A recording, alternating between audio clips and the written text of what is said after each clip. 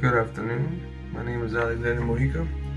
I am a member of Group 6, and we decided for our topic to be waste management and recycling. To start off, this is our team, myself and the rest of my team members. So to start off our presentation, I want to touch on what is waste management. Waste management is the collection, transportation, processing, recycling, and or disposal of waste materials. So the most common thing that we think of when we think of waste management is when we put our trash bins on the side of the road every week. We let the trash truck come through and take away all of the waste that we created for the week. The goal is to reduce the environmental impact that we're having on this earth, the toll that we are taking on our resources, and also to protect human health. So the reason that conservation and protecting and being mindful of what we use our resources on is because right now here in America we may not see the repercussions of what it looks like to not take care of our earth and take care of our resources, but in other parts of the world they are already starting to feel those effects, such as some places that are reliant on farming are not getting the water that they need, and of course it's affecting their crops. In other parts of the world, pollution is a very big issue, and here in Orlando we're blessed to have good air quality, but in other parts of the world they're not so much. They are having to breathe in pollutants into their system, and that is just a result of us being negligent and not taking care of what we need to take care of.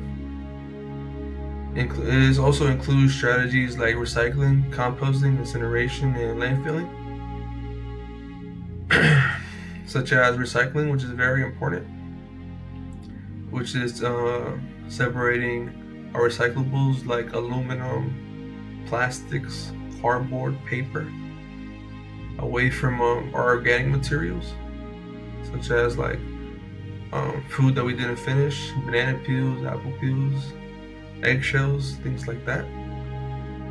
Those type of materials we can use instead in composting, which some people use a bin that they store outside of their homes, collect those type of organic materials, and then use them later on into their gardens, which help their produce grow.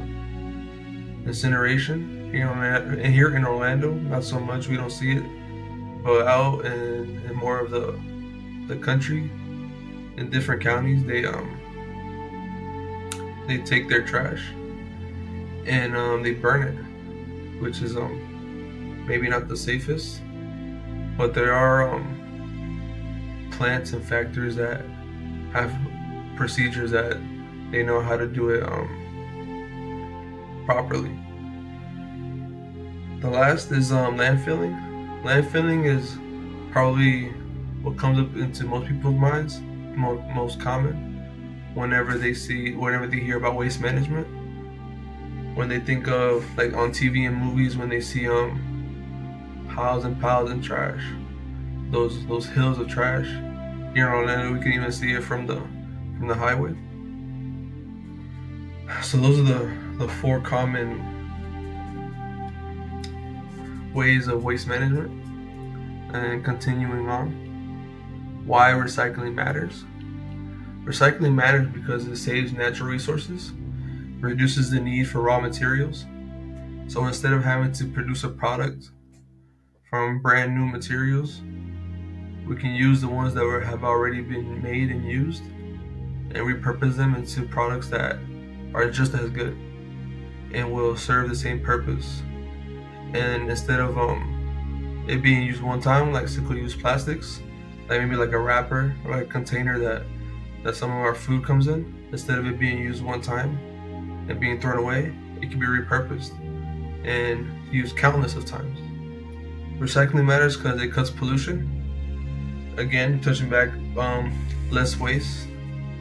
Less waste is created, and therefore less waste is introduced into our surrounding environments. Recycling matters because it conserves energy. So when we separate our waste into the recycling bin or that soda can, it may not seem like such a big effort, such a big issue, but recycling the aluminum can saves up to 95% of energy, which when you put it like that, it does seem like a big difference. And then moving on, reducing landfill space slows down landfill growth. So instead of introducing more waste into that space,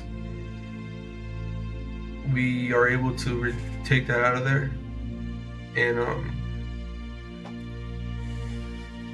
possibly have that waste not end up in our atmosphere or in our waterways or even around us. Nobody likes to see trash around us on our daily lives.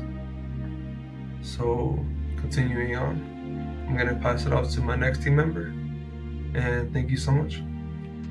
Hi, my name is Alana Snap, and to continue on, we are going to talk about recyclable materials, what they are and why they are such a big deal for our planet. So, when we throw something away, it doesn't really go away. It goes somewhere, usually like a landfill or an incinerator. Recycling just helps us cut down on trash, save energy, and protect natural resources. So we start with paper and cardboard. So I have it right there, newspapers, boxes, and mail, but there's a little more to that. Paper comes from trees, so recycling it would help reduce the number of trees we need to cut down. And then when we recycle paper and cardboard, they can be turned into new notebooks, boxes, and even paper towels. Or like if you see at Disney, they have completely recycled paper straws. Granted, I don't think many of us like the Disney straws, but that's neither here nor there. Or a simple habit like recycling from your school papers or your delivery boxes keeps them out of the trash and gives them a second life. So next time you look at your Amazon box or the paper that you were holding at Disney, you gotta ask yourself, can this go in the recycling bin instead of the trash? For my second one, we have plastics. Mostly number 1, which is PET, and number 2, which is HDPE. The number 1 plastics, PET, are things like water and soda bottles. And then the number 2, HDPE, are some things like milk jugs, detergent bottles, and some shampoo bottles. These types are most commonly accepted plastics in recycling programs because they can be turned into new bottles, clothing fibers, and containers. But plastic is trickier than paper because it doesn't break down easily, at all. It can cause way more harm than good to our oceans and can harm animals. It overall does not decompose. Then we have our number 3, which is going to be our metals. So, aluminum cans, like soda cans, are one of the most valuable recyclables. They can be melted down and turned into new cans over and over again. Makes you wonder how many times, that Coke can that now has Santa on it because it is officially Christmas time, how many times it's been used to be just that, a Coke can. Overall, recycling metal saves a lot of energy compared to making new metal from scratch. So when you're done with a soda can or a can of soup, make sure you recycle it rather than toss it so that it can do just that. And then we have glass bottles and jars. Glass can be recycled many times without losing quality, and then recycled glass can become new bottles or jars, or even building materials. So, I wonder if they make, windows out of said recycled glass. That would be really cool. However, we do have to be careful because not all glass items are recyclable. Good lord, say that 3 times fast. in regular bins, like light bulbs or ceramics. Usually we stick to bottles and jars, rinsed out, with lids handled according to local rules. And then we have electronics, your phone, your laptop, and your batteries. I don't want to admit how many batteries I've thrown away, but we have our electronics. These should not go in your regular trash or curbside recycling bin, like I was saying earlier. I don't want to admit how many times I have not so accidentally thrown away a battery. Electronics can often contain metals and chemicals that can be harmful and if they end up in landfills. But they also contain valuable materials like copper and gold and rare metals that can be recovered. That's why many communities have e-waste centers or special drop-off days for like old phone batteries and laptops, phones, batteries, comma in between, chargers and cables. Recycling electronics the right way helps protect the environment and recovers materials that are really hard to get otherwise. So, to recap, the main recyclable materials we see every day are paper and cardboard, plastics, mostly number 1, PET, and number 2, HDPE, metals, glass, and electronics. Recycling isn't just about rules, it's about habits. Small actions like putting your newspaper if you still get those, and bottles in the right bin, rinsing a can before you recycle so they can be recycled, and then taking old electronics to an e-waste center and doing better than me. It may seem tiny, but putting this all together, they really add up to make a huge difference for the environment. In the end, really, I think it's all about changing one habit. And then one habit can become 2, and 2 can become 3. And it's every little step that really does make a difference. And now I want to quickly walk through how recycling process actually works, because a lot of people know what recycling is, but not how it happens behind the scenes.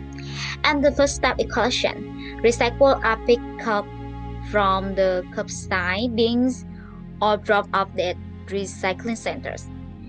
Step 2 is sorting. They are taken to a facility called MRF, a material recovery facility. Here, machines and workers sort items by material like plastic, paper, glass, or metal. And next step is cleaning and breaking down materials. Everything is worked to remove food, residue, or labels. Then shredded, brushed, or melted depending on the material. And step 4 is remanufacturing. These processed materials are sent to factories where they turn into new products. For example, recycled plastic bottle can become polyester fibers for clothing. And step 5 is purchasing recycled products.